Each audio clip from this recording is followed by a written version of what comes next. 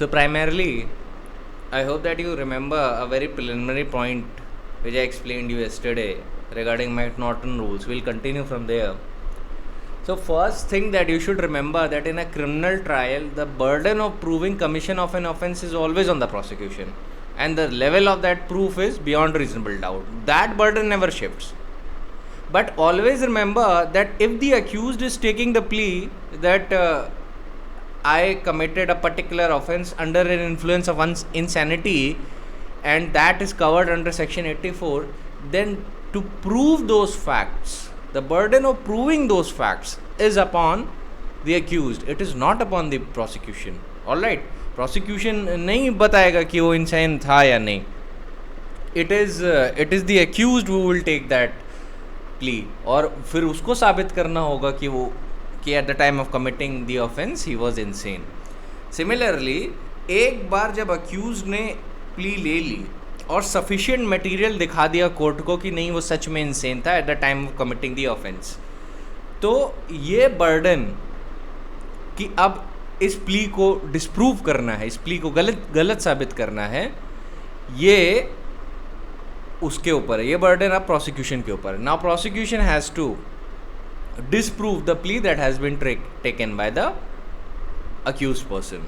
ठीक है, तो ये बात का ध्यान रखिएगा कि प्रोसिक्यूशन की जिम्मेदारी प्राइमरी होती है कि गिल्ट प्रूव करना अक्यूज्ड की. वो क्यों साबित करेगा कोई ऐसी चीज़ जो उसकी इनोसेंस साबित कर दे? He will not do so. His only duty is, और उसके ऊपर जो बर्डन है of proving the guilt of the accused person, उसका लेवल ये है कि it has to be proved beyond reasonable doubt.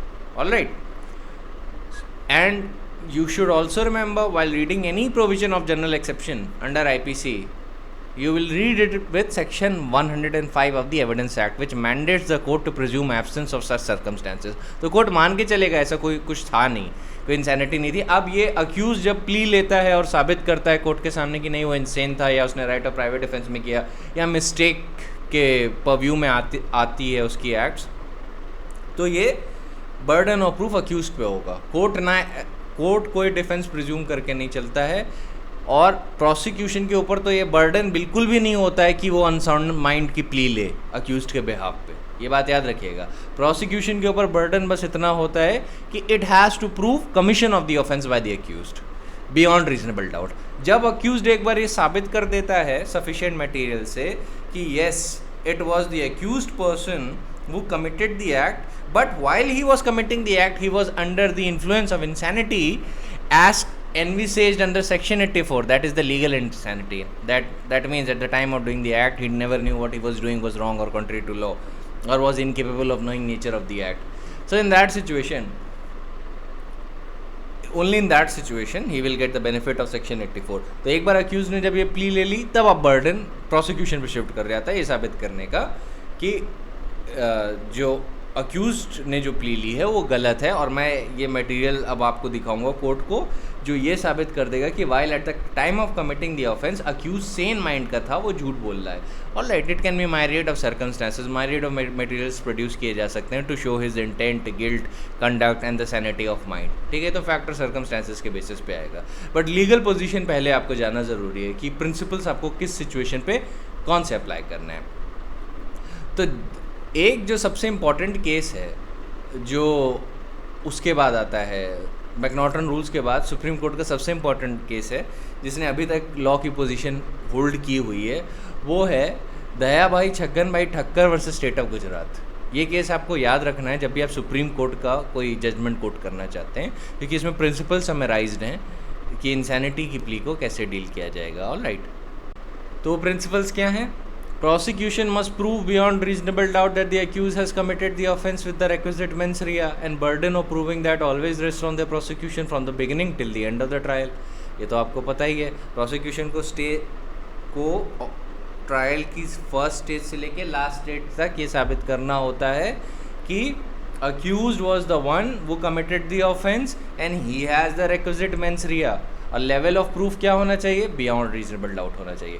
Second is जो प्रिजम्पशन है जो कोर्ट लेता है अंडर 105 कि अक्यूज्ड वाज नॉट इनसेन, या कोई स्पेशल सर्कमस्टेंसेस उसके फेवर में एग्जिस्ट नहीं कर रहे थे, जनरल एक्सेप्शंस के परव्यू में उसका केस नहीं आता है एक्यूज्ड का, ये रिबटेबल प्रिजम्पशन है। रिबटेबल प्रिजम्पशन का मतलब ये तोड़ा जा सकता है if the accused is able to place that level of material or that level of relevant evidence, either being oral, documentary or circumstantial, which leads the court to presume that yes, accused may have been under an influence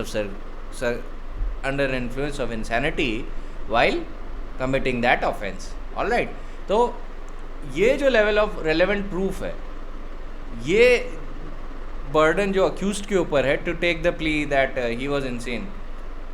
तो जब वो plea लेगा तो उसका proof का जो level है वो इतना बड़ा नहीं है जितना प्रोसिक्यूशन के ऊपर है। प्रोसिक्यूशन के ऊपर है तो to prove beyond reasonable doubt, but accused के ऊपर जो बर्डन ऑफ प्रूफ का लेवल है वो प्रीपोंडरेंस ऑफ प्रोबेबिलिटीज़ का है, सिविल केस के जितना है, वो क्रिमिनल ट्रायल के जितना नहीं है। उसकी जो अक्यूज्ड की प्लीज होंगी, जो अक्यूज्ड का डिफेंस होगा, वो प्रीपोंडरेंस ऑफ प्रोबेबिलिटी से सेटिस्फाई हो सकता है, लेकिन जो प्रोसिक्यूशन का बर्डन है वो बियॉन्ड रीजनेबल डाउट का है। ठीक है, तो कोर्ट के दिमाग में कोई भी रीजनेबल डाउट नहीं आना चाहिए, वरना ये माना जाएगा कि prosecution is unable to discharge its burden of proof और फिर अक्यूज्ड को अक्विटल मिल जाएगा। Alright, so always remember that कि अक्यूज्ड जो भी प्रिजम्पशन कोर्ट लेता है under 105 of the Evidence Act, उसको रिबट कर सकता है by placing relevant oral, documentary और circumstantial evidence before the court. ठीक है, और उसका बर्डन ऑफ प्रूफ होगा सिविल प्रोसीडिंग्स जितना, that is preponderance of probabilities. Civil cases में किसी भी केस को साबित करने के लिए जो बर्डन ऑफ प्रूफ होता है वो प्रीपोंडरेंस ऑफ प्रोबेबिलिटीज का होता है। अब थर्ड प्रिंसिपल जो दया भाई Chhaganbhai Thakkar versus state of Gujarat में दिया गया है वो ये है, even if the accused was not able to establish conclusively that he was insane at the time of committing the offence, the evidence placed before the court by the accused or by the prosecution may raise a reasonable doubt in the mind of the court as regards one or more ingredients of the offense, including mens rea of the accused. In that case, the court would be entitled to acquit the accused on the ground that the general burden of proof resting on the prosecution was not discharged. तो अच्छा, इस principal से court क्या कहना चाहता है? देखिए, एक पॉइंट तो ये कि अगर अक्यूज ने सक्सेसफुली एस्टैब्लिश कर दिया कि he was under the influence of insanity as envisaged by section 84 at the time of committing the offence, तो उसे कंप्लीट डिफेंस मिल जाएगा। अब तो उसने वो साबित कर दिए है at the level of preponderance of probabilities. लेकिन कई केसेस ऐसे हो सकते हैं जहाँ पे प्रोसिक्यूशन का एविडेंस वेक है और जहाँ पे डिफेंस का भी एविडेंस वेक है। डिफेंस इंसैनिटी की प्ली लेता है कि at the time of committing the offence I was of unsound mind, incapable of knowing the nature of the act, और what I was doing was wrong और contrary to law. और prosecution जो evidence court के सामने prove करता है in order to prove the guilt of the accused, जो produce करता है एविडेंस, उसका जो लेवल है वो उतना सेटिस्फैक्ट्री नहीं है कि कोर्ट उस पर कन्विक्शन कर सके, या कोर्ट ये मान ले कि ये beyond reasonable doubt case prove हो गया है। तो ऐसे में अगर अक्यूज्ड अनसक्सेसफुल प्ली भी लेता है, कि मान लीजिए उसने इंसैनिटी की प्ली ली और जो प्ली है वो कोर्ट को पूरी तरीके से सेटिस्फाई नहीं कर रही है कि ये accused at the time of committing the offence पूरी तरीके से इंसेन था। ये थर्ड सिचुएशन की बात हो रही है कि अक्यूज्ड पूरे टाइम से सेटिस्फैक्टरीली इंसेन नहीं था। ये बात कोर्ट को पूरी तरीके से, कोर्ट इस बात से सेटिस्फाइड नहीं है कि accused was at the time of committing the offence was entirely insane, क्योंकि आपको पता है ना 84 में जाने के लिए incapacity of knowing the nature of the act होनी चाहिए, और the accused was unable to know that what he was doing was either wrong और contrary to law. So assume कि अक्यूज्ड ये पूरी तरीके से साबित नहीं कर पा रहा है कि at the time of committing the act whatever he did was either wrong or contrary to law. He knew what he was doing was either wrong or contrary to law. तो ऐसे में कोर्ट के दिमाग में एक doubt आ सकता है कि यार अब अगर मैंने अक्यूज्ड को ऐसे वेग एविडेंस पे कन्विक्ट कर दिया, जो प्रोसिक्यूशन भी पूरी तरीके से मुझे दिखा नहीं पा रहा है कि case beyond reasonable doubt accused के खिलाफ प्रूव है, और जो डिफेंस प्ली ले रहा है इंसैनिटी की, वो ये तो दिखा पा रहा है कि हाँ अक्यूज्ड को मेंटल बीमारियां थी, वो काफ़ी टाइम से इंसेन चल रहा है, वो अपने सेंसेस में नहीं रहता। कई मेडिकल रिपोर्ट्स में ये दिखाया गया है कि he is he subject to recurrent attacks of insanity, पर अक्यूज्ड ये नहीं दिखा पा रहा है कि at the time of committing the offence commit करते वक्त वो इंसेन था, ये अक्यूज नहीं दिखा पा रहा है। तो आप जानते हैं medical insanity is not sufficient, legal insanity is envisaged under 84 of the IPC. तो कोर्ट के दिमाग में एक डाउट आ सकता है, वो ये आ सकता है कि देखिए प्रोसिक्यूशन भी नहीं प्रूव कर पा रहा अपना ओनस, डिफेंस भी नहीं प्रूव कर पा रहा अपना प्ली, लेकिन मेंस रिया का एक इंग्रेडिएंट मिस हो सकता है। अगर मान लिया ट्रायल ऑफ मर्डर है तो हो सकता है इंटेंशन रिक्विजिट हो, इंटेंशन रिक्विजिट ही होता है ट्रायल ऑफ मर्डर में कि the accused intended to commit murder. तो हो सकता है कोर्ट को ये लगे कि मर्डर का इंग्रेडिएंट सेटिस्फाई नहीं हो पा रहा है पूरी तरीके से, और उस वजह से अगर कोर्ट मेंस रिया ही अक्यूज्ड की नहीं पता कर पा रहा तो उसके दिमाग में एक डाउट आ सकता है।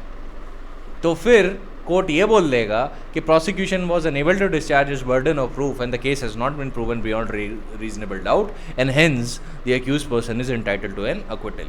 ठीक है, ये सिचुएशन आ सकती है, ये थर्ड सिचुएशन है। ऑलराइट, तो फर्स्ट सिचुएशन याद रखिएगा, प्रोसिक्यूशन को रीजनेबल डाउट के बियॉन्ड प्रूव करना होता है offence. It is the duty of the prosecution to prove every case beyond reasonable doubt. Secondly, if the accused were to take the plea of insanity, the level of burden of proof that is upon him is akin to the level of burden of proof in a civil proceeding, that is preponderance of probabilities.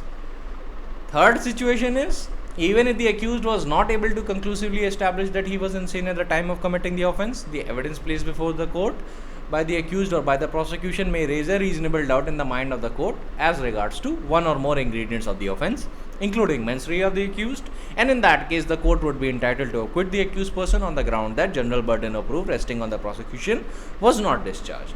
Alright, so remember this point, it is very essential. I'll give you illustrative cases a lot after I'm done with the principles, but for now you need to remember this. Always remember that the crucial point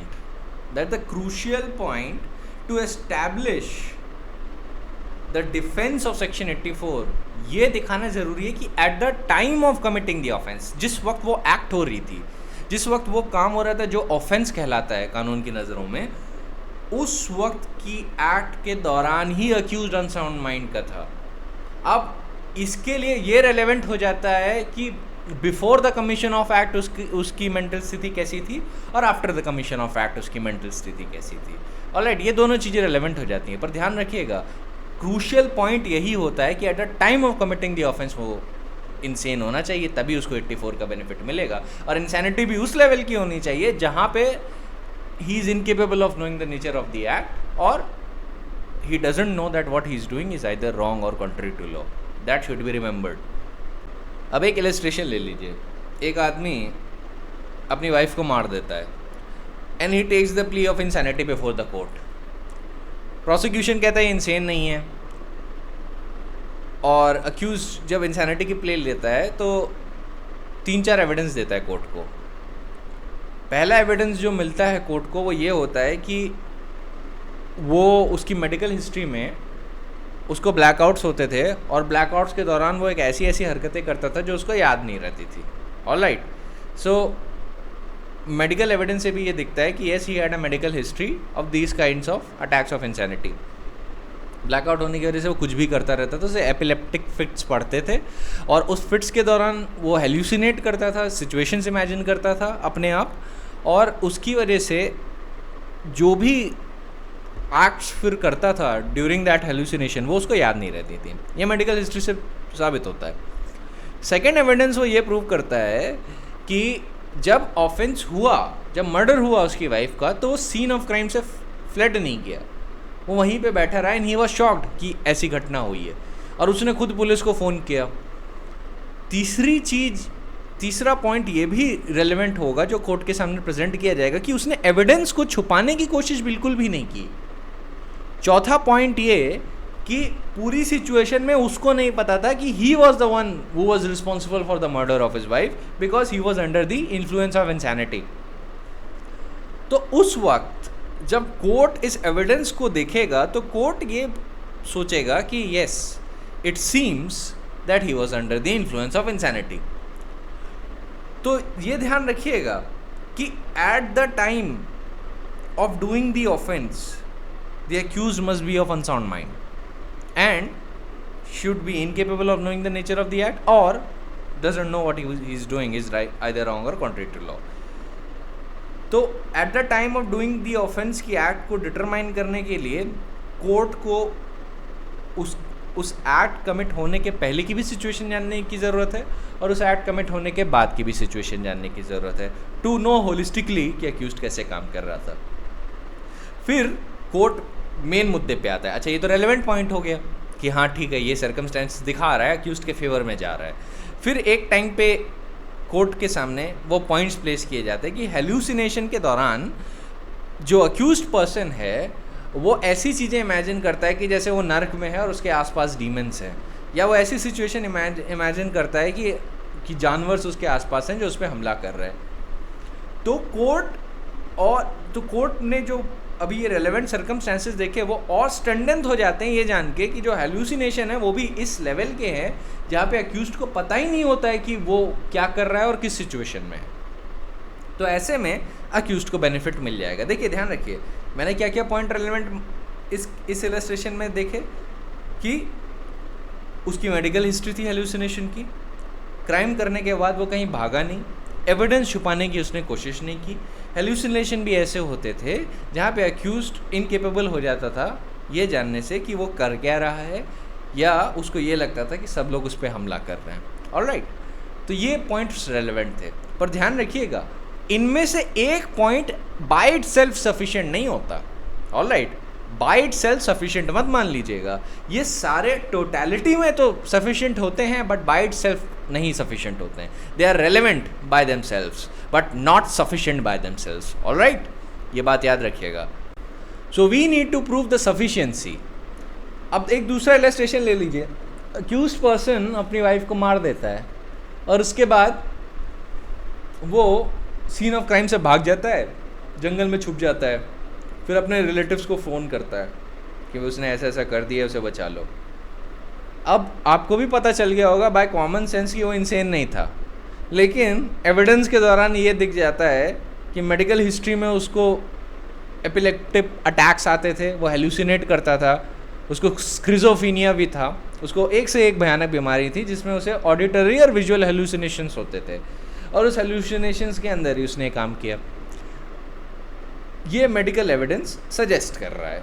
पर court देखेगा कि इस आदमी ने evidence छुपाने की कोशिश की, ये सीन ऑफ क्राइम से भागा, इसका मतलब इसको पता था कि जो नेचर ऑफ द एक्ट जो कमिट हुई है वो है क्या.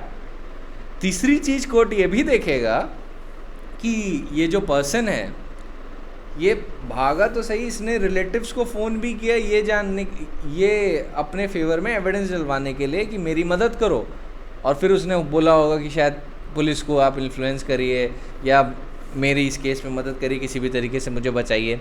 यही सारी चीज़ें उसने यही सारी चीज़ें उसने बोली होंगी या पॉइंट्स लिए होंगे रिलेटिव्स के सामने. तो कोर्ट कहेगा कि नहीं, ये जो सर्कमस्टेंसेस टोटलिटी में आ रहे हैं ये बात बिल्कुल भी साबित नहीं करते हैं कि accused eight the time of committing the offence was under the influence of insanity as envisaged by section 84, क्योंकि इसका कंडक्ट दिखा रहा है कि ही न्यू कि इसने क्या किया है. ऑलराइट, सीन ऑफ क्राइम से भागना, रिलेटिव्स को फ़ोन करना इसको अक्यूज्ड को बचाने के लिए, साथ में क्या कहते हैं अपने आप को हाइड करना इन्वेस्टिगेटिव अथॉरिटी से, ये सारी चीज़ें रिलेवेंट हो जाती हैं. तो ये तो दूसरी साइड का इलस्ट्रेशन है. इवन तो मेडिकल हिस्ट्री में दिख रहा है कि ये आदमी इंसेन है या डिमेंशिया का पेशेंट है, ऑडिटरी विजुअल हेल्यूसिनेशंस होते हैं, नॉट रेलेवेंट, क्योंकि 84 का जो पॉइंट और पैरामीटर हैं वो सेटिस्फाई नहीं हुए. तो ये दूसरा हो गया. अब एक थर्ड सिचुएशन आती है. अब थर्ड सिचुएशन में ये आता है कि अक्यूज्ड है, अब अपनी वो वाइफ का मर्डर कर रहा है. अब वो कैसे करता है? पहले वो दरवाज़ा बंद करता है, हैचेट लेता है, अपनी वाइफ को मार देता है. अब वो अपनी वाइफ को जब मार देता है फिर वहीं पे बैठा रहता है, सीन ऑफ क्राइम्स को फ्लड नहीं करता. जब पुलिस आती है तो वो सरेंडर कर देता है और उसके बाद कोर्ट में इंसैनिटी की प्ली लेता है. अब जब वो इंसैनिटी की प्ली लेता है कोर्ट के सामने, तो कोर्ट जो है सारा एविडेंस देखता है। एक चीज़ वो ये देखता है कि मेडिकल रिकॉर्ड प्रूव कर रहा है कि इसको ऑडिटरी विजुअल हेलुसिनेशंस होते रहते हैं बीच बीच में। डिफेंस ये साबित करने की कोशिश कर रहा है कि जो अक्यूज ने ये जो एक्ट की है ये इस ऑडिटरी और विजुअल हेलुसिनेशंस के दौरान ही की है। कोर्ट एक चीज़ देखता है कि अक्यूज्ड पर्सन ने सीन ऑफ क्राइम से भागने की कोशिश नहीं की, पर कोर्ट एक बात देखता है, कोर्ट एक बात ये देखता है कि अक्यूज्ड पर्सन ने दरवाज़ा बंद किया ऑफेंस कमिट करने से पहले, और उसके बाद हैचेट लिया, हैचेट से अपनी वाइफ को मारा। सो merely because he never fled the scene of crime and merely because he never tried to hide the incriminating evidence and merely because he surrendered to the police doesn't mean that he was acting under the influence of insanity। यहाँ पे defence ढंग से साबित नहीं कर पा रहा। उसका जो कंडक्ट था ना, दरवाज़ा बंद करने का, वेपन लेने का, ये सारी चीज़ें ये दिखाती हैं कि अक्यूज्ड पर्सन को पता है कि वो क्या कर रहा है। अगर आदमी चाकू लेके किसी को मारने दौड़े तो आप इमेजिन कर सकते हैं उसका इंटेंशन जान लेने का है। तो सिमिलरली अगर अक्यूज दरवाज़ा बंद कर रहा है, हैचेट उठा रहा है और फिर मार रहा है और एंड टाइम में कोर्ट में जाके इंसैनिटी की प्ली ले रहा है, तो कोर्ट तो ये कहेगा ना कि आपका केस 84 में फॉल नहीं कर रहा है, because you are not incapable of knowing the nature of the act और whatever you are doing was you didn't knew that what you were doing was either wrong or contrary to law. You very well knew what you were doing was wrong or contrary to law, and you very well knew the nature of your act, because while committing it you first of all closed the doors so that अगर वो मारेगा तो wife escape करने की कोशिश ना करे, भाग ना पाए, और अगर चिल्लाए तो कोई मदद ना कर पाए। तो ये सारी जो चीज़ें हैं ना उसकी इंसैनिटी की प्ली को डिफीट भी कर सकती हैं। Always remember that, always. और एक बात और भी रिमेंबर रखिएगा कि ये जो प्रिंसिपल और फैक्ट्स पे बता रहा हूँ ना, ये कोई स्टोन कोल्ड लाइन नहीं है कि जो कभी हट नहीं सकती। ये फैक्ट और सर्कमस्टेंसेस की बात होती हैं। तो एक इलस्ट्रेशन में इस तरीके का एविडेंस बहुत अच्छा भी हो सकता है जो अक्यूज्ड को बेनिफिट दिलवा दे, और दूसरे इलस्ट्रेशन में ये भी हो सकता है, या दूसरे केस में ये भी हो सकता है कि अक्यूज्ड को बेनिफिट ना मिले क्योंकि कई फैक्ट और सर्कमस्टेंसेस उसके खिलाफ जाते हैं। तो ध्यान रखिएगा, जितने भी बातें मैंने बताई ना कि जो रेलेवेंट कंडक्ट है बिफोर और आफ्टर का, ये फैक्ट और सर्कमस्टेंसेस के हिसाब से चेंज हो सकता है। तो एक इलस्ट्रेशन जो अभी मैंने आपको फर्स्ट बताया उसमें उसको बेनिफिट मिल गया, दूसरे वाले में भी उसको क्या कहते हैं, दूसरे वाले में उसको बेनिफिट नहीं मिला तो तीसरे वाले में उसको बेनिफिट मिल जाएगा सीधे सीधे। ऑलराइट, नो सॉरी, तीसरे वाले में उसको बेनिफिट नहीं मिलेगा क्योंकि merely because he never knew,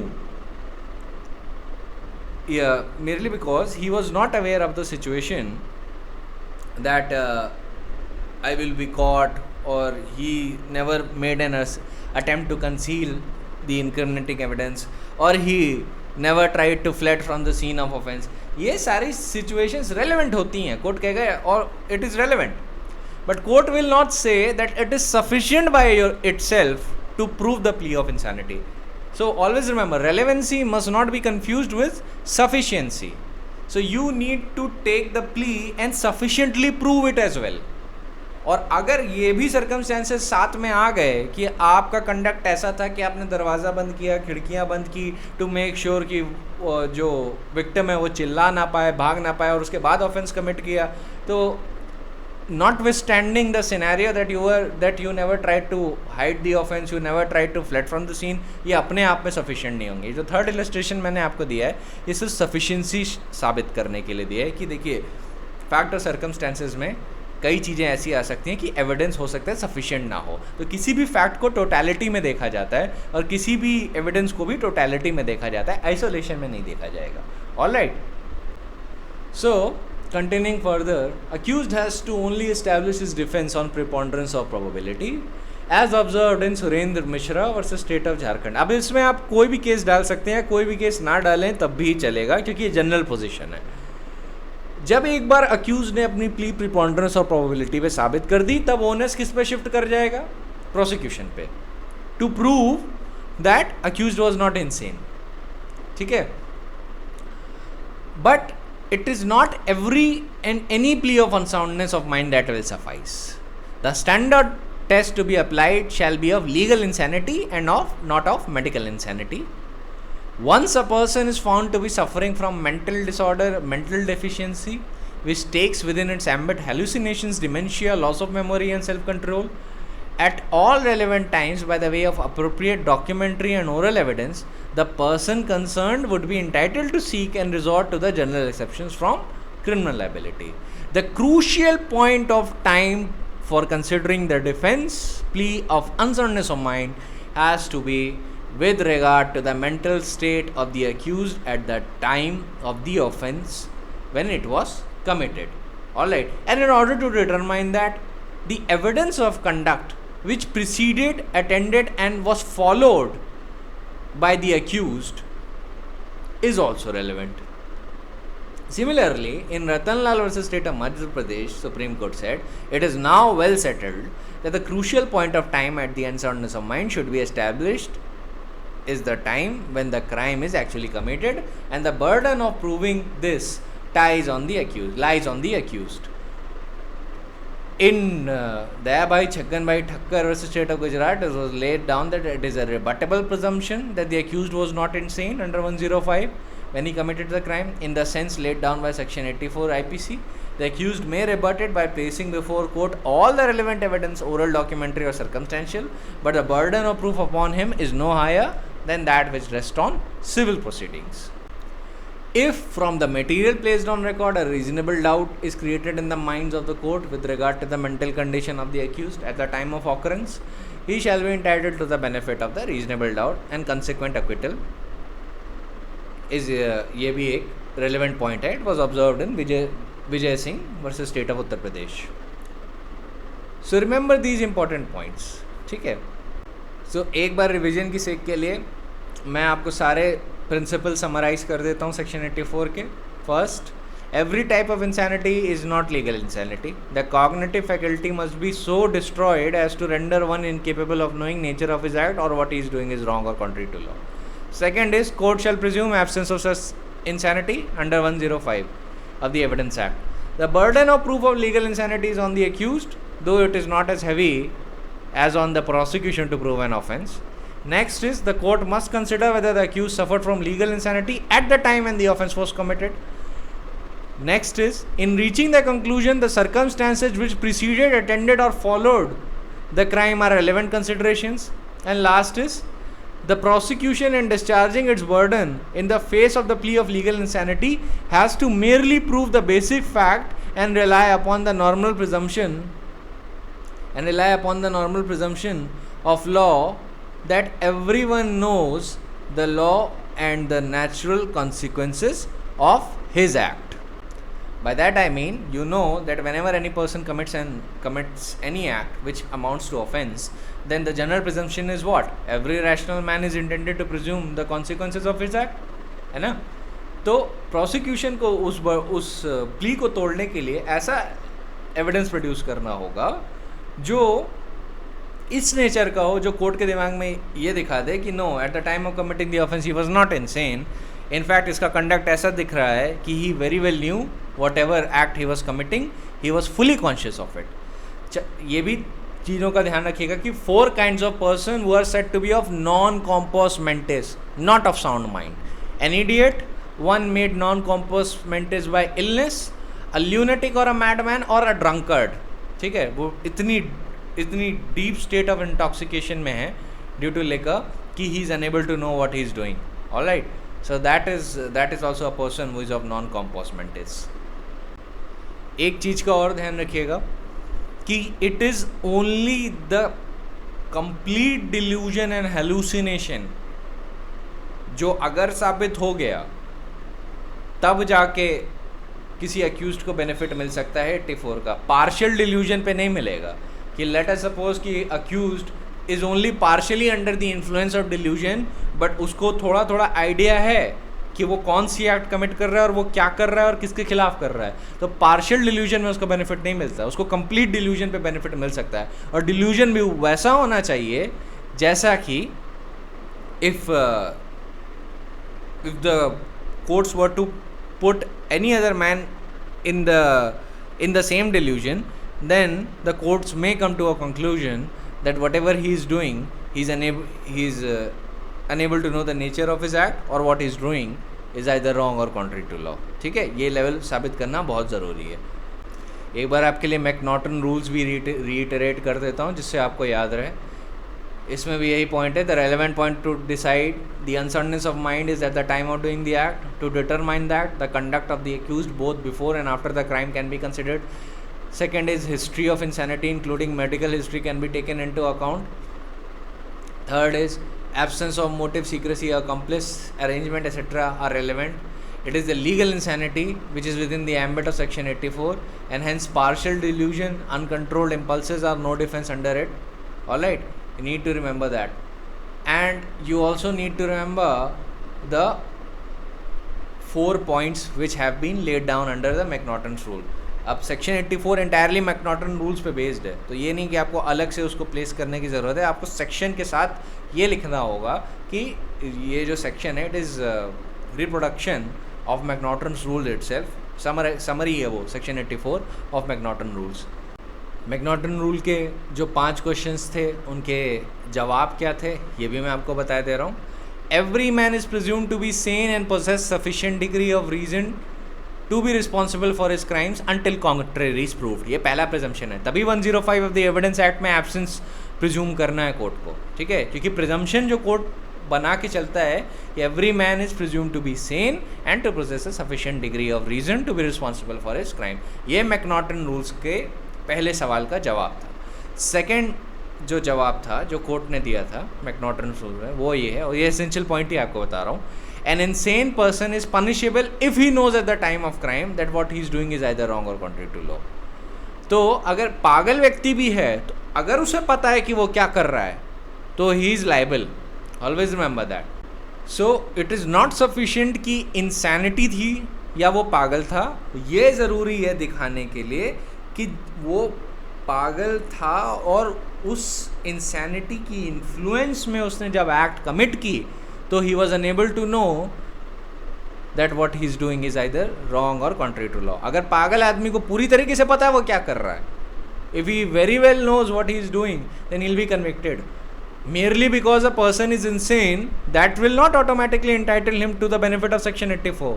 It has to be proven that he was either incapable of knowing the nature of his act, or what he is doing is either wrong or contrary to law. ये दोनों चीज़ों को जानने की incapacity होनी चाहिए.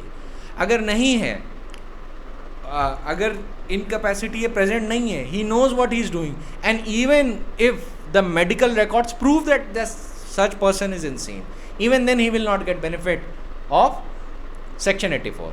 तो याद रखिएगा, अगर आपसे कोई भी पूछे क्या for section 84 merely being insane is sufficient, then the answer is no. You have to prove that the person was insane or of unsound mind, and then you have to prove that he was incapable of knowing the nature of the act, or what he was doing was either wrong or contrary to law. ये बात आपको याद रखनी है. Alright, ये McNaughton rules का second most crucial point है. The first point is every man is presumed to be sane and possess a sufficient degree of reason to be responsible for his crimes until contrary proof. Second is an insane person is punishable if he knows at the time of crime that what he is doing either wrong or contrary to law. Third is to establish a defense on insanity. The accused by the defect of reason or disease of mind is not in a position to know the nature of his acts and consequences. If the accused was conscious of the acts, which is one he ought not to do, and act at the same time is contrary to law of the land, then he is punishable. तो अगर पागल आदमी को पता है कि वो क्या कर रहा है और उसके and he still acts contrary to the law of the land and he knows that, then he is punishable. The test is not in regard to the abstract, but in regard to the acts committed in particular circumstances with respect to the accused power of reasoning to differentiate between right or wrong. तो एक illustration ले लीजिए छोटा सा, इसी point के context में दे रहा हूँ. अक्यूज्ड इतने भयानक हेल्यूसिनेशन में है, विजुअल और ऑडिटरी, कि उसको लगता है उसके पास डीमेंस हैं और वो उस पर हमला कर रहे हैं, तब वो उनको मार रहा है अपने राइट ऑफ प्राइवेट डिफेंस में, उसको बेनिफिट मिल जाएगा. लेकिन अगर अक्यूज्ड को हेल्यूसिनेशन भी होता है पर उसको पता है कि उसके सामने जो आदमी है वो इंसान है और वो उस पर कोई हमला नहीं कर रहा, वो चुपचाप बैठा हुआ है, even then if the accused were to attack him because of his murderous rage or uncontrollable impulse or some other reason, even and due to influence of insanity, उसको बेनिफिट नहीं मिलेगा। ऑलराइट, तो ये ध्यान रखिएगा। कोर्ट क्या करेगा, एक रीजनेबल मैन को उसी हेल्यूसिनेशन की पोजीशन में डाल देगा और फिर डिटरमाइन करेगा कि अगर ये हेल्यूसिनेशन मान लीजिए सच होता तो क्या उसकी एक्ट ऑफेंस होती, was he able to know the nature of his act, क्या उसको इस सिचुएशन में पता हो सकता था कि what he is doing is either wrong और कॉन्ट्री टू लॉ, ये सारी चीज़ें को डिटरमाइन करेगा। तो the test is not in regard to the abstract but in regards to the acts committed in particular circumstances with respect to the accused power of reasoning to differentiate between right and wrong. Fourth point is, insane person must be considered in the same situation as to responsibility as if the facts with respect to which the delusion exists were real. He will be under same degree of responsibility as the facts he imagined them to be. Suppose a man due to unsoundness of mind hallucinates about the state of affairs where he thinks another man is trying to attack him, then he will not be liable because he's there under because due to his hallucination he's actually imagining that a person is attacking him. So in order to defend himself he attacks him back. So in that hallucination the accused person is actually exercising the right of private defense, then he will be given benefit of section 84. But if the situation is totally opposite, that the accused under the influence of insanity is subject to murderous rage or murderous impulses time and again, and he makes an hallucination that the victim is doing such acts which annoys the accused person. Alright, कोई ऐसी act imagine कर लीजिए जिससे accused को गुस्सा आता है, कुछ भी, कि मान लीजिए वो बर्तन साफ कर रहे हैं और अक्यूज्ड को उस आवाज़ से चिढ़ मचती है and he immediately under the influence of insanity attacks that person and kills him. In that situation, accused will not get benefit of section 84. So consequently, due to such hallucination, he kills the person in self-defense, then he will be under same degree of responsibility in regard to that illustration that I gave you earlier.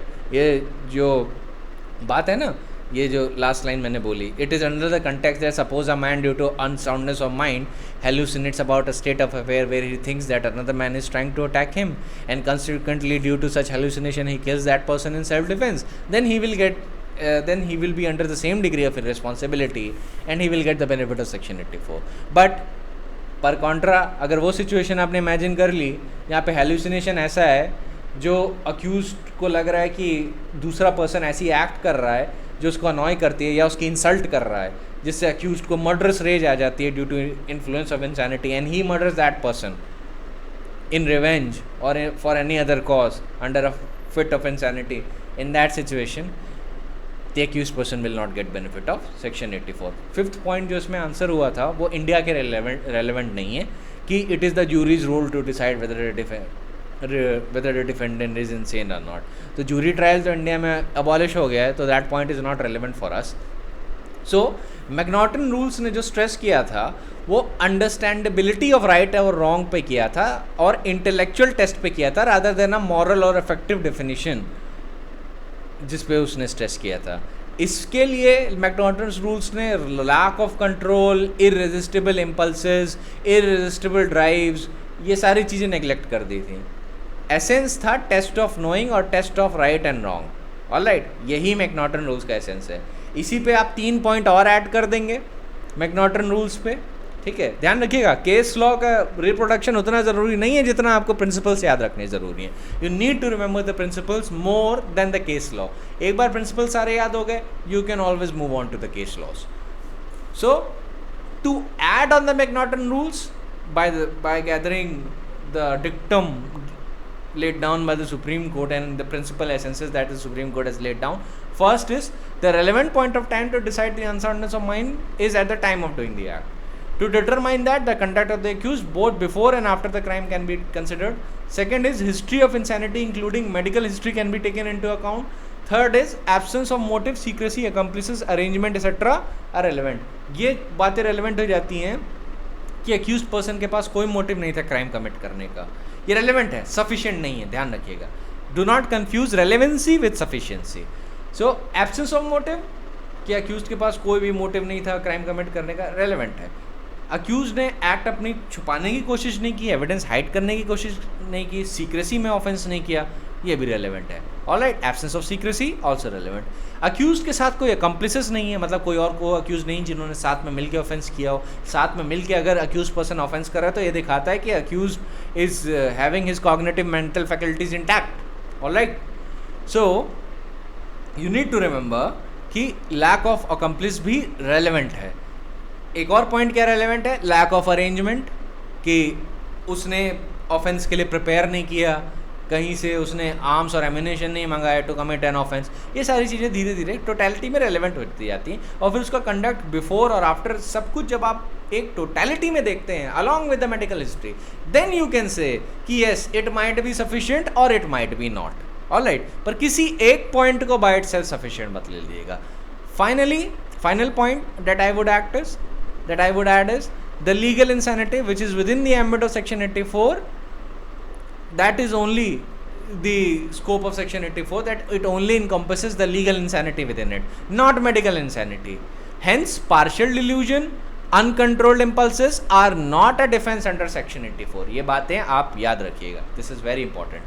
Alright, अब एक 2019 का supreme court का case है accused x versus state of Maharashtra. देखिए legal points mainly done हो गए हैं, अब मैं थोड़ा प्रोसीजरल पॉइंट से डील कर लेता हूँ कि इसमें सुप्रीम कोर्ट ने ये बताया है कि अगर मान लीजिए अक्यूज की मेडिकल इंसैनिटी थी, लीगल इंसैनिटी नहीं थी, तो उसे बेनिफिट तो 84 का नहीं मिलेगा। लेकिन अगर मान लीजिए ऑफेंस कमिट करने के बाद due to incarceration accused totally पागल हो जाता है, तो ये ग्राउंड हो सकता है टू मिटिगेट डेथ सेंटेंस। ठीक है, इसके लिए सुप्रीम कोर्ट ने severe mental illness international classification of diseases जो under section 3 of the Mental Health Act में भी रिकॉग्नाइज्ड है, उसमें 5 तरीके के डिसऑर्डर्स हैं जो इंक्लूड किए गए। पहला है स्क्रिजोफेनिक एंड डिल्यूजनल डिसऑर्डर्स, दूसरा है mood affective disorders including depression, maniac and bipolar forms, तीसरा है neurosis including phobic, panic and obsessive compulsive disorders, fourth is behavioural disorders including eating, sleep and stress disorder, and fifth is personality disorders of different kind. तो court ने कहा, American Bar Association, USA के laws काफ़ी refer किए जाते हैं when you are actually practising in the Supreme Court. तो Supreme Court ने बोला कि American Bar association bye it's resolution 128A passed on August 2006 notes as under A the ground for precluding execution of sentence of death.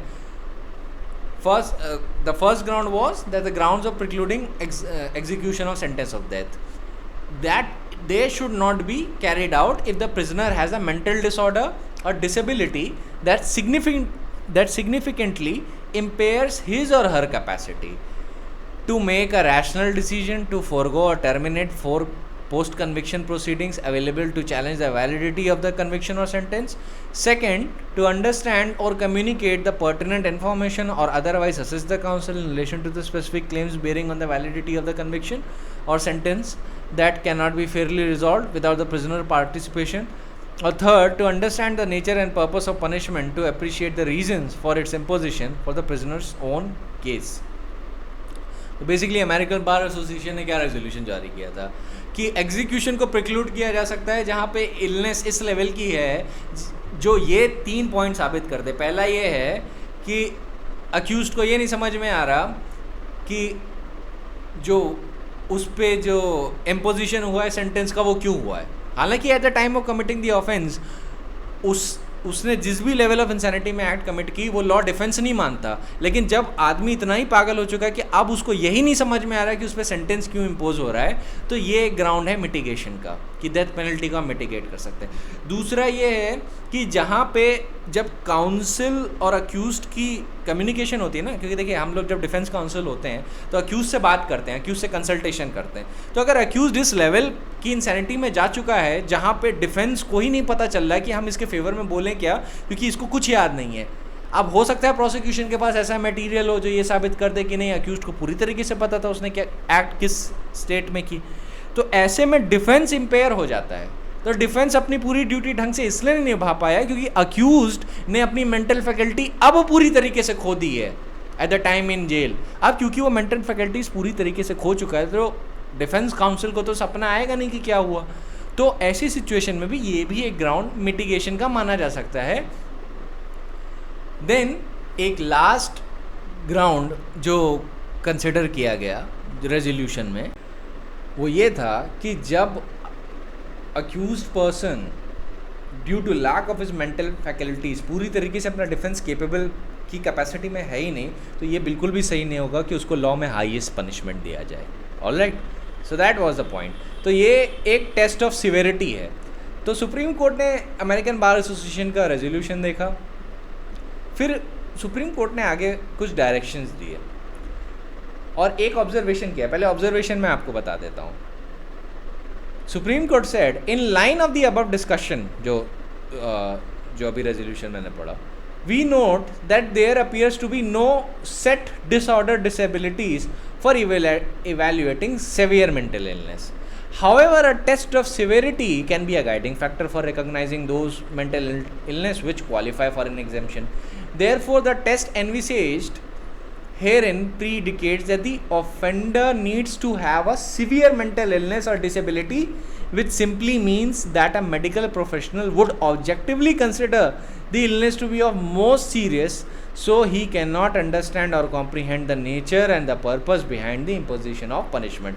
तो Supreme Court ने बोला कि हम अभी तो ये नहीं पता कर पा रहे कि भाई कौन सी इलनेस सफिशिएंट होनी चाहिए, क्योंकि कहीं पे भी कोई गाइडिंग फैक्टर नहीं है, तो हम उसको बोल नहीं सकते कि भाई कौन सी बीमारी इतनी सीवियर है या किस लेवल की सीवियरिटी होनी चाहिए। तो कोर्ट ने एक टेस्ट ऑफ सीवियरिटी बना दिया कि जब भी मान लीजिए किसी को डेथ पेनल्टी दी गई है, तो ग्राउंड्स ऑफ इंसैनिटी भी अगर आप उसका सेंटेंस कम्यूट करवाना चाह रहे हैं टू लाइफ इम्प्रिजनमेंट, तो कोर्ट ने जो एक टेस्ट दिया है वो है टेस्ट ऑफ सीवियरिटी। अब टेस्ट ऑफ सीवियरिटी के लिए क्या ज़रूरी है? इसका सिंपली मतलब ये होता है कि एक मेडिकल प्रोफेशनल ऑब्जेक्टिवली इलनेस को कंसिडर करने के बाद ये बता सके और डेमोन्स्ट्रेट कर सके कोर्ट को कि जो अक्यूज्ड पर्सन है उसने अपनी मेंटल फैकल्टीज इस लेवल तक की खो दी हैं कि उसको यही नहीं समझ में आ रहा है कि उस पे जो सेंटेंस का जो इम्पोजिशन है, मतलब डेथ पेनल्टी, वो क्यों हो रहा है। अगर उसने इस लेवल की अपनी कॉग्निटिव फैकल्टीज खो दी हैं, तो कोर्ट मान लेगा कि ये सफिशिएंट ग्राउंड है to commute the sentence. Alright, अब एक इलस्ट्रेशन देने के लिए schizophrenia, psychotic disorders, dissociative disorders with schizophrenia, ये कुछ ऐसे डिसऑर्डर्स हैं जो ऐसी स्टेट ला सकते हैं जहाँ पे अक्यूज्ड पर्सन को पता ही ना हो कि उस पर जो उसने जो एक्ट की थी वो क्या थी और उस पर सेंटेंस इम्पोज हो रहा है वो क्यों हो रहा है। ऑलराइट, तुम लेट अस सपोज वो अपना डिफेंस ढंग से नहीं ले पाया, कन्विक्ट हो गया, डेथ पेनल्टी मिल गई, तो ऐसे में मेडिकल इंसैनिटी बाय इटसेल्फ अगर वो इतने सीवियर नेचर की है कि वो कोर्ट को सेटिस्फाई कर दे सीवियरिटी टेस्ट पे, तो ऐसे केस में वो ground of commutation of sentence ज़रूर हो सकता है। Medical insanity ground of defence नहीं हो सकता, पर ग्राउंड ऑफ मिटिगेशन हो सकता है अगर उसकी सीवियरिटी उस लेवल की है। ऑलराइट, सो कुछ गाइडलाइंस कोर्ट ने इस केस में दी और डायरेक्शन इशू किए that needs to be followed in future cases in light of the discussion that the Supreme Court just placed. Post conviction severe mental illness will be a mitigating factor when the appellate court, before the appellate court in appropriate cases where it is considering to sentence the accused to death penalty. तो ये बात का ध्यान रखिएगा कि जब death penalty दी जा रही है तो पोस्ट कन्विक्शन इंसैनिटी या severe mental illness is also a mitigating factor. Second is assessment of such disability should be conducted by multidisciplinary team. तो ये भी ध्यान रखिएगा, ये एक आदमी के हाथ में नहीं है कि मान लीजिए डॉक्टर को आपने पैसा दे दिया, डॉक्टर ने बोल दिया कि ये सफिशिएंटली अनेबल टू अंडरस्टैंड है कि उस पर सेंटेंस क्यों इम्पोज हो रहा है, ये बाय इटसेल्फ नहीं चलेगा, ये डेमोन्स्ट्रेट करना होगा और ऑब्जेक्टिव स्टैंडर्ड से डेमोन्स्ट्रेट करना होगा। ये टेस्ट ऑब्जेक्टिव है, मेडिकल प्रोफेशनल के सब्जेक्टिव सेटिस्फैक्शन पर नहीं रिलाई करता। और साथ में कोर्ट ने इस पर एक राइडर एक्ट किया है कि जो असेसमेंट होगा ऐसी डिसेबिलिटी का सिवियरिटी टेस्ट के लिए कि अक्यूज्ड इतनी सीवियर मेंटल इलनेस से ग्रसित है कि वो ये नहीं समझ पा रहा है कि उस पर सेंटेंस क्यों इम्पोज हो रहा है, तो ऐसे में जो टीम होगी वो मल्टी डिसिप्लिनरी टीम होगी, उसमें क्वालिफाइड प्रोफेशनल्स होंगे, जिसमें एक एक्सपीरियंस मेडिकल प्रैक्टिशनर्स होंगे, एक से नहीं चलेगा, प्रैक्टिशनर्स होंगे, उसमें क्रिमिनोलॉजिस्ट होंगे, उसमें सोशोलॉजिस्ट होंगे, बहुत सारे लोग होंगे, और उसमें अक्यूज्ड के पर्टिकुलर मेंटल इलनेस को लेके अगर कोई स्पेशलाइज्ड पर्सन है, स्पेशलाइज्ड मेडिकल प्रोफेशनल है या साइकोलॉजिस्ट है, तो वो भी इंक्लूड होगा. Burden is on the accused to prove by preponderance of clear evidence that he is suffering with severe mental illness. The accused has to demonstrate active residual symptoms that severe mental disability was manifested. Next is, state may offer expert evidence to rebut such a claim, and court in appropriate cases could set up a panel to submit an expert report. अगर court को सही लगता है तो खुद ही suo motu एक panel establish कर दे, या वो सीधे ये भी कर सकता है कि मान लिया डिफेंस ने प्ली ली तो उसके बेसिस पे भी एक पैनल एस्टैब्लिश कर सकता है, जिससे उसको एक्सपर्ट रिपोर्ट मिल जाए इन्हीं पॉइंट्स पे. Last is test of severity envisaged herein predicates that the offender needs to have severe mental illness or disability, which simply means that objectively the illness needs to be most serious, that the accused cannot understand or comprehend the nature and purpose behind the imposition of such punishment. All right, so this is the point for mitigating. ये आपकी knowledge के लिए, ये CRPC और reduction of death sentences के लिए बहुत important होता है. थोड़ा मैं आपको स्क्रिजोफीनिया पे बता देता हूँ. Schizophrenia is also called dementia praecox और adolescent insanity, and it is an affliction marked by melancholy and self-absorption terminating in mental weakness. ये मेडिकल डिक्शनरी फॉर लॉयर्स की डेफिनेशन है by Bernard S Malloy, 3rd edition में लिखा है lawyers के लिए स्क्रिजोफीनिया की क्या डेफिनेशन है, उसमें वो मेंशन किया उन्होंने. स्क्रिजोफीनिया लिविंगस्टोन की मेडिकल डिक्शनरी में डिफाइन की गई है as a group of mental illness characterised by disorganisation of the patient's personality, often resulting in chronic lifelong ill health and hospitalization. It is in simple form, patient is dull, withdrawn, solitary and inactive. Schizophrenia is one of the forms of insanity. Each case of schizophrenia has to be considered on its own merit. It's an illness of slow, insidious onset developing over years. There may be reports of strange, odd, inappropriate behavior. Also, let me tell you about a situation of paranoid schizophrenia.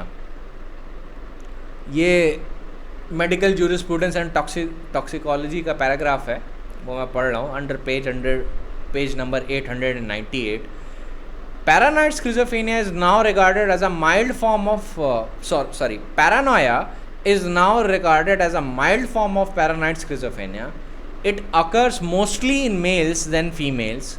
The main characteristic of this illness is a well elaborated delusional system in a personality that is otherwise well preserved. कि आदमी को delusions होते हैं, पर आप अगर आदमी को देखोगे तो आपको लगेगा ठीक ठाक है, एकदम सीधा है, इसको कोई बीमारी नहीं, लेकिन उस आदमी को delusions होते हैं और बहुत सारे होते हैं. The delusions are of persecutory type. The true nature of illness may go unrecognized for a long time because the personality is well preserved, and some of these paranoiacs may pass off as social reformers or founders of pseudo-religious sects. The classical picture is rare and generally takes its chronic course. Paranoid schizophrenia, in vast majority of cases, starts in the 4th decade and develops insidiously. तो एक marked feature of paranoid schizophrenia का क्या होता है, जिसमें Paranoia किस level का होता है कि एक आदमी को क्या लगता है कि उसको परसिक्यूट किया जा रहा है. उसको हमेशा ये लगता है कि कोई सेक्ट, कम्युनिटी या कुछ लोग ऐसे हैं जो उसको परसिक्यूट करना चाहते हैं, उसको या उसकी कम्युनिटी को, और उसको मारना चाहते हैं या उसको निकालना चाहते हैं या उसको ऑप्रेस करना चाहते हैं, एसेट्रा. तो परसिक्यूशन के लेवल का एक डिल्यूजन होता है. ऐसे लोग अक्सर पाए जाते हैं कि वो सोशल रिफॉर्मर्स में के स्टेज पे होते हैं, क्योंकि एक तरीके का पैरानोया उनके दिमाग में होता है. दूसरा, they are also founders of queer pseudo religious sects, ये कल्ट्स बनाते हैं अक्सर। तो ये सारी चीज़ें आपको इनकी मेडिकल हिस्ट्री में दिख जाएंगी, और एक क्लासिकल लिटरेचर भी इस बात को सपोर्ट करती है। तो मैं एक्चुअली कई फिलॉसफीज़ का नाम नहीं लेना चाहता, but they actually come within its purview, जिसमें schizophrenia is one of the causes where a person is imagining a state of affairs to be। तो आप ये अक्सर देख सकते हैं कि कई लोग जो बताते हैं कि हम खतरे में, ये सिचुएशन खतरे में, हमारे लिए अब ये हो जाएगा, वो हो जाएगा, et cetera, they are affected by paranoid schizophrenia. ये हो सकता है कि they might be affected by that, because एक परसिक्यूशन का डिल्यूजन उनमें हमेशा होता है। If a person is constantly saying that he is being persecuted without there being a substantial evidence on record, उसको यही डर है कि नहीं ये हो जाएगा, और जबकि कोई भी एविडेंस रिकॉर्ड पे नहीं है, then it's a persecutory delusion and it is a sign of paranoid schizophrenia. ठीक है, ये मैं मेडिकल जूरिस एंड टॉक्सिकोलॉजी की पेज से पढ़ रहा हूँ, पेज नंबर है 898। Another thing is suspiciousness is characteristic symptom of the early stages. देखिए, ये पढ़ना इसलिए ज़रूरी है कि आपको इंसैनिटी जानना ज़रूरी है। Merely bye knowing the law is not sufficient. अगर मैंने ये बोल दिया कि पर्सन इज स्किज़ोफ्रेनिक और वो अपना डिफेंस इंसैनिटी का लेना चाहता है, तो आपको ये भी तो पता होना चाहिए ना कि बीमारी कैसी है, बीमारी का लेवल क्या है। That is why I am telling you about the schizophrenia and paranoid schizophrenia, कि इसमें क्या होना चाहिए। तो एक और भी सिम्टम होता है पैरानॉइड स्किज़ोफ्रेनिया का, क्या है? सस्पिशियसनेस, शक करना। बहुत शक की निगाह के लोग होते हैं, ऐसे हर चीज़ पे, छोटी छोटी बातों पे शक कर रहे हैं। लेट अस सपोज आप ऐसे किसी पर्सन को गिफ्ट दें उसकी बर्थडे पे, वो सोच सकता है कि इसमें जहर तो नहीं है, फिर वो टेस्ट करने की कोशिश करता है। आप उसे खाने पे बुलाएं, उसको आप पे फिर भी शक होगा। और अगर आप कहीं गलती से उस ग्रुप या उस कम्युनिटी के पार्ट हैं जिसको वो सपोज करता है कि ये हमें परसिक्यूट करेगा, या ये वैसे लोग हैं जो हमें परसिक्यूट करते हैं, तो और सस्पिशनस और डिल्यूजन रीइंफोर्स होगा उसका। ठीक है, ध्यान रखिएगा। So the ideas of reference occur, they gradually develop into delusions of persecution। पहले auditory hallucinations होते हैं सबसे पहले, तो sounds, noise ऐसे धीरे धीरे शुरू होता है auditory hallucination। But the moment the man crosses the age of 45 और 46, देखिए मेजरली मेल में होता है इसलिए मैं मैन बोल रहा हूँ, लेकिन ये फीमेल्स में भी हो सकता है, ज़्यादातर मेल्स में होता है। तो ऑडिटरी हेलुसिनेशन से स्टार्ट होता है and that it moves into visual hallucinations. तो अच्छा, ऑडिटरी हेलुसिनेशन भी परसिक्यूटरी इन नेचर होते हैं। पहले जो उसे आवाज़ें जो सुनाई देती हैं अपने कानों में, वो धीमी होती हैं, फिर बाद में उसको लगता है कि उसको अब्यूज़ किया जा रहा है। जो आवाज़ें होती हैं वो अब्यूज़ का फॉर्म ले लेती हैं, जो क्योंकि ऑडिटरी हेलुसिनेशन हो रहा है, वो ऐसा कोई आवाज़ आ भी नहीं रही है, पर उसका ब्रेन ऐसा रिएक्ट कर रहा है कि उसको आवाज़ें सुनाई दे रही हैं, और वो जो आवाज़ें हैं उसमें अब्यूजेस और इंसल्ट्स हैं। फिर डिल्यूजन्स पहले तो इनडेफिनाइट होते हैं, पर ग्रेजुअली वो फिक्स्ड होते हैं। पहले तो कभी कभी आते हैं, फिर वो फिक्स्ड होते हैं, रेकरिंग होने लगते हैं, और वो पेशेंट को इस लेवल पे पहुंचा देते हैं जहाँ पे उसको लगता है कि सब उसे प्रोसिक्यूट करने की कोशिश कर रहे हैं, और अननोन पर्सन और कोई सुपर ह्यूमन एजेंसी है जो उसको मारना चाहती है। इनको डिल्यूजन्स ऑफ ग्रैंडर भी होता है। ऐसे लोगों को delusions of grandeur भी आप इनमें पाएंगे। They believe that their food is poisoned, that some noxious gases are being blown into his room, people are plotting against him to ruin him, disturbances हो रहे हैं, general sensation, उसको लगता है कि disturbances जितने भी उसकी लाइफ में हो रहे हैं ये एक पार्ट ऑफ प्लॉट है, ये कंस्पिरेसी है कि उसको किसी भी तरीके से ऑप्रेस किया जा सकता है, उसको किसी भी तरीके से परसिक्यूट किया जा सके। और ये सारी चीज़ें ना उसका अजम्पशन और इमेजिनेशन होता है, ये उसका डेल्यूजन होता है। तो ये स्किज़ोफ्रेनिया के लक्षण होते हैं, जो जैसे एज प्रोग्रेस करती है वो बढ़ते चले जाते हैं। Slowly the patient gets very irritated and excited owning to these painful and disagreeable hallucination and delusions. He starts to believe that so many people are against him and interested in his ruins. He comes to believe that he must be a very important man. अगर देखिए एक बात ध्यान रखिएगा, अगर बहुत सारे लोग किसी आदमी को ऑप्रेस करने की कोशिश करते हैं तो आदमी को ये भी डिल्यूजन हो जाता है। मैंने अभी आपको पहले ही बोला कि स्किज़ोफ्रेनिया के डिल्यूजन में परसिक्यूशन का डिल्यूजन तो होता ही है, लेकिन साथ में एक इल्यूजन ऑफ ग्रैंडर भी होता है कि उसको लगता है कि वो बहुत ही महान आदमी है, इसीलिए लोग उसे गिराने की कोशिश कर रहे हैं। So he entertains delusions of grandeur, power, and wealth, and generally conducts himself in a haughty and overbearing manner. The patient usually retains his money and orientation and does not show the signs of insanity until the conversation is directed to this particular type of delusions from which he is suffering. When the delusion affects his behavior, he is often the source of danger to himself and others. तो देखिए generally आप ऐसे patient से बात करेंगे तो आपको हर चीज़ में सेन लगेगा, लेकिन जैसे ही आप उस कन्वर्जेशन की तरफ बात को घुमाना चाहेंगे जहाँ उसको लगता है वो परसिक्यूट हो रहा है, वहाँ पे उसकी पर्सनालिटी में आप एक मार्क शिफ्ट पाएंगे. ऑलराइट, तो एक और शब्द है जो मैं आपको बताना चाहूँगा, दैट इज़ पैराफेरीनिया. ये उनको बोला जाता है who are suffering from paranoid psychosis, who in spite of various hallucinations and more or less systemized delusion retain their personality in a relatively intact state. और generally parapherenia begins later in life than the other paranoid psychosis. तो ये उस stage को कहते हैं जहाँ पे ये सारी चीज़ें होने के बाद भी व्यक्ति जो अपनी पर्सनैलिटी है वो रिटेन कर सकता है, वो अपनी पर्सनैलिटी खोता नहीं है, इवन दो उसको इतने सारे ऑडिटरी और विजुअल हेलुसिनेशंस होते जा रहे हैं. एक और बीमारी बताता हूँ, वो एपिलेप्टिक साइकोसिस. ये इसलिए बताना ज़रूरी है क्योंकि ज़्यादातर आपको केसेस इन्हीं दोनों चीज़ों में फॉल करते हुए मिलेंगे. अब एपिलेप्टिक साइकोसिस मैं आपको कोट कर रहा हूँ, medical jurisprudence and toxicology by Modi. ये प्राइम मिनिस्टर नरेंद्र मोदी नहीं है, ये आपके दूसरे वाले मोदी हैं, ये मेडिकल ज्यूरिस्प्रूडेंस के एक्सपर्ट हैं. तो उन्होंने बताया है कि एपिलेप्टिक साइकोसिस जो है it usually occurs from early infancy. अब देखिए इन कॉन्ट्रास्ट टू स्किज़ोफ्रेनिया ये इन्फेंसी से ही होता है, दो इट में occur at any period of life. Early infancy में भी हो सकता है और लाइफ के किसी भी पीरियड में हो सकता है. स्किज़ोफ्रेनिया एक्चुअली शुरू होता है एडोलसेंस से और धीरे धीरे ये एकदम पक्का होता जाता है. The more you are at the latter ends of your life, the more solidifies it becomes.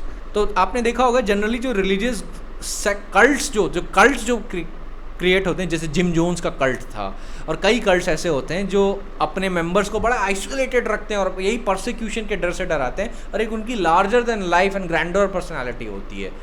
तो कल्ट लीडर्स में आपको अक्सर स्किज़ोफ्रेनिया ज़रूर दिखेगा और ग्रैंडर का वो दिखेगा हेलुसिनेशन, कि वो हेलुसिनेट करते रहते हैं अपने आप को लेके. लेकिन कल्ट लीडर तो एक एग्जाम्पल है, ये आपको कॉमनली दिख सकता है कई लोगों में जो अपने आप को परसिक्यूटेड फील करते हैं even though there is no evidence of persecution.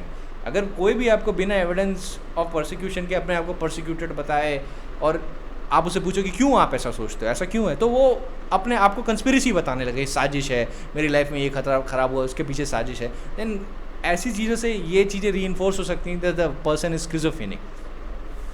So I am coming to the point of epileptic साइकोसिस नाउ.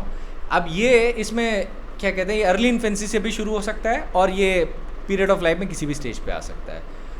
तो इंडिविजुअल्स जिनको एपिलेप्टिक फिट्स पड़ते हैं, जैसे दौरा पड़ता है उनको, ये पहले तो मेंटल एबरेशन का कोई साइन नहीं दिखाते, उनको बीच बीच में आप दौरा पड़ते हुए देखेंगे, but quite a few suffer from mental deterioration.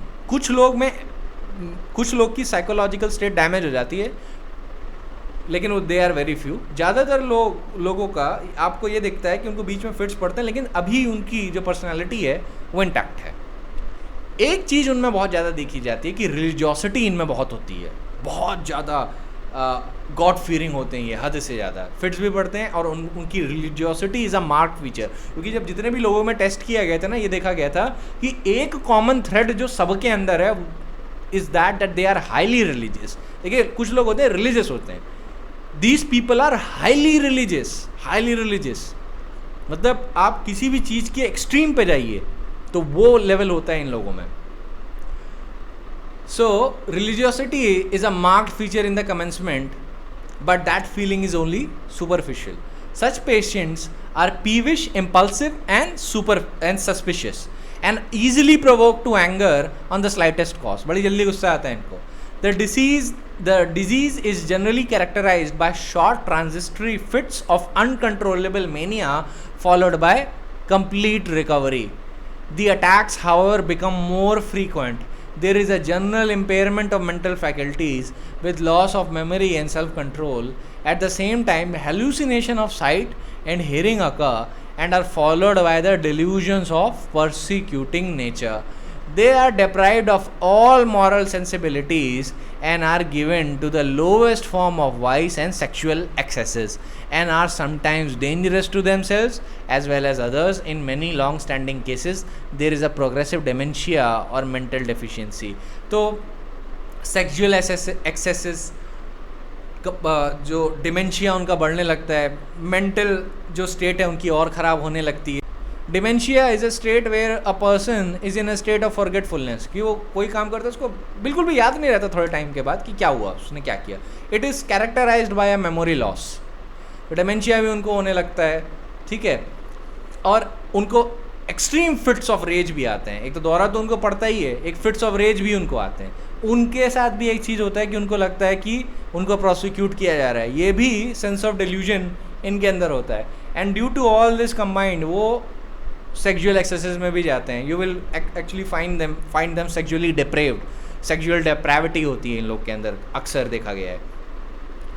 तो ये जो सारी स्टेट हैं ये ओवरलैप भी कर सकते हैं. ध्यान रखिएगा, स्किज़ोफ्रेनिक पर्सन को एपिलेप्टिक साइकोसिस भी हो सकता है. तो डोंट थिंक कि एक ही बीमारी हो सकती है, कई बीमारियां एक साथ भी हो सकती है. अब ट्रू एपिलेप्टिक साइकोसिस जो होता है, it is associated with epileptic fits. This may occur before or after the fits or may replace them, and it is known as pre-epileptic, post-epileptic or masked or psychic phases, psychomotor epilepsy. In this condition, stupor following the epileptic fits is replaced by automatic acts of which patient has no recollection.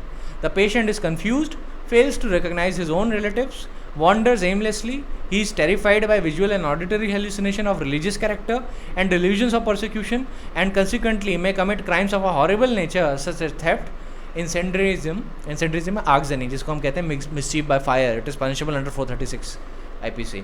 Sexual assaults and brutal murders. The patient never attempts to conceal them at the time of experiencing these hallucinations, but on regaining consciousness he may try to conceal them out of fear. तो ये हो सकता है कि जिसको epileptic साइकोसिस है, true epileptic साइकोसिस है, वो जब उसको फिट्स पड़ती हैं तो वो अपने रिलेटिव्स को नहीं रिकॉग्नाइज कर पाता, वो एमलेसली वंडर करता है, वो he is terrified by visual and auditory hallucination of a religious character. ये हेलुसिनेशन भी रिलीजियस कैरेक्टर के होते हैं. मैं ध्यान रखिएगा, मैं अपने एग्जाम्पल्स में बड़ा हेल का नाम ले रहा हूँ, वो इसलिए क्योंकि जितने भी केसेस मैंने इस पॉइंट पे पढ़े हैं अक्सर ये क्रिश्चियन केसेस ज़्यादातर होते थे. उनको लगता था कि डीमंस उसको सराउंड कर लिए हैं. अभी I will tell you many illustrative cases. I think आज टाइम कम पड़ जाएगा. Tomorrow when will continue that I will explain you many other illustrative cases regarding that. जिसमें एक केस होता है जिसमें एक बच्चा, जिसमें एक अडल्ट सोचता है ड्यू टू दिस साइकोसिस कि उसको लगता है कि जो उसका जो बच्चा पैदा हो रहा है वो शैतान का बच्चा है, और उसको लगेगा कि अगर ये पैदा हो गया तो पृथ्वी नष्ट हो जाएगी और सारे लोग मर जाएंगे, और अपनी भलाई के लिए और पूरी सोसाइटी की भलाई के लिए उसको इन्फेंट को मारना पड़ेगा. तो वो इन्फेंट को पकड़ता है जैसे पैदा होता है और उसको दीवार पे इतने फोर्स से मारता है उसी इन्फेंट को पकड़ के कि the infant is reduce to a pulp. Alright. तो उस केस में ये पाया गया था कि he was suffering from these hallucinations. तो ध्यान रखिएगा कि जो भी इसमें अटैक भी पड़ते हैं ना वो काफ़ी रिलीजियस नेचर के होते हैं. तो ध्यान रखिए ये सिचुएशंस ओवरलैप कर सकती हैं रिलीजियस कल्ट के लीडर्स में. और generally it is ill advice to join a cult. If you are interested that why do I say that never join a cult, because you can read of the cases of Charles Manson cult and Jim Jones. उसने पूरी अपनी जितने भी लोग उसके साथ थे सारे लोग मारे गए थे. तो ये जो सारी चीज़ें होती हैं ना, they are actually very dangerous.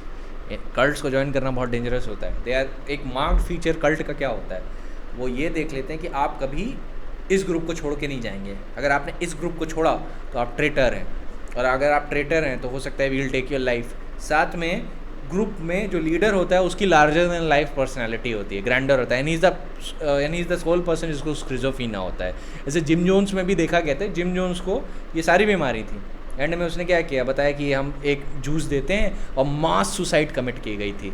Alright, this is a very बहुत बड़ा सेंसेशनल केस था यूएस का।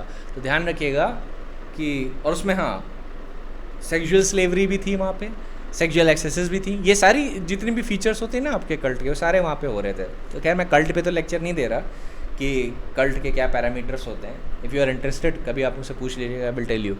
बट ध्यान रखिएगा कि स्क्रिजोफीनिया एंड योर साइकोसिस is one of the marked features of cult personalities और कल्ट्स का। तो इन लोगों को जो इंसानिटी होती है, तो उसके लिए मैंने आपको थोड़ा बताया, क्योंकि इन्हीं लोगों को अक्सर डिफेंस मिल जाता है सेक्शन 84 का, अक्सर ये देखा गया है। ऑलराइट, ये नहीं कह रहा हूँ कि जिसको स्क्रिजोफीनिया है वो हमेशा कल्ट लीडर होगा, होता है, हो सकता है, ठीक है। जनरली जो जिनको ये सारी बीमारियाँ होती हैं तो कॉमन मैन होंगे, आपको पता भी नहीं होगा कौन होंगे, हो सकता है आपके नेबर्स हों, कई के रिलेटिव्स हो सकते हैं, पर दे डोंट नो जब तक वो उनसे उन सिचुएशंस पे बात ना करें। ऑलराइट, एक केस है मद्रास हाई कोर्ट का है, Kumar versus Selva Kumar versus state. उसमें उन्होंने कुछ गाइडलाइंस दी हैं ऐसे लोगों की जिन लोगों को मेंटल इलनेस है उनकी केयर टेकिंग के लिए, क्योंकि मेंटल हेल्थ को लेके इंडिया की सिचुएशन बहुत ख़राब है। तो उन्होंने हाई कोर्ट ने कई गाइडलाइंस दी थी इस केस में। If you are interested you may read that guidelines that care takers of the patient, आपके स्टडी नोट्स में है, एक लिस्ट दी है मेंटल कंडीशंस की, bipolar disorders, eating disorders, major depression, obsessive compulsive disorder, panic disorder, personality disorder, phobias, post traumatic stress disorder, schizophrenia. और बोला है patient affected by mental illness including schizophrenia shall be looked after by minimum 2 persons as they would behave like a child for some time and later they may be aggressive and as they would suspect the persons around them. Since the said mental illness can be diagnosed only with the help of the doctors, the caretaker should be in a position to identify such symptoms as early as possible. The schizophrenia patient shall not be isolated in homes and they should be encouraged, motivated and involved in all social functions. Medication shall not be discontinued without the diagnosis of the doctors as they have to be taken for periodic mental health checkups. There shall be chances of mood swings. Schizophrenic patients shall be monitored and be given regular treatment for their illness. The caretakers of the patient with mental illness may require to adopt the following strategies. First is assess your patient's mental state, establish a good communication with the patient, build relationship with the patient, use language that shows considerations, provide sensitive patient-centered care, consult with a knowledgeable mental health professional, refer patient to the community service. Then there are some simple strategies that will help the caretaker to connect with the persons in distress. उसके लिए भी दिया, introduce themselves calmly and clearly, explain why they are there, be polite, non threatening, listen to what they have to say in a non judgemental way, avoid confrontation, ask them what they see as a main problem, do not attempt physical contact except to prevent serious assault और suicide attempts, encourage them to talk to a mental health care professional, follow up difficult experience with counseling sessions. तो ये सारी चीज़ें guidelines दी हैं Madras high court ने, और मुझे लगता है ये गाइडलाइंस इतनी अच्छी हैं कि आज नहीं कल supreme court will reproduce it in its own judgment. Alright, Madras high court has issued excellent guidelines, so you should be aware of these. Primarily आपको अनसाउंड माइंड की स्टेट से अवेयर होना होता है कि उसके लीगल प्रिंसिपल्स क्या हैं. अब आज के लिए तो I think I should finish the lecture here, क्योंकि अगर मैंने नया टॉपिक स्टार्ट कर दिया अनसाउंडनेस ऑफ माइंड को लेके तो वो आज कंप्लीट नहीं हो पाएगा. तो टुमारो हम लोग क्या करेंगे, अभी आपको मैंने लीगल प्रिंसिपल बता दिए. Tomorrow I will deal with the illustrations कि अनसाउंडनेस ऑफ माइंड के इलस्ट्रेशंस क्या हैं, किस केस में क्या हुआ था, आपको समझाने के लिए. और उसके बाद मैं आपको सीआरपीसी में इसका क्या प्रोसीजर दिया गया है वो बताऊंगा, और ये बताऊंगा कि जब मैटर रेफ़र किया जाता है मेडिकल बोर्ड को, तो मेडिकल बोर्ड डिटरमाइन कैसे करता है, साइकोलॉजिस्ट क्या सवाल पूछते हैं, ये सारी चीज़ें will deal with tomorrow. Alright.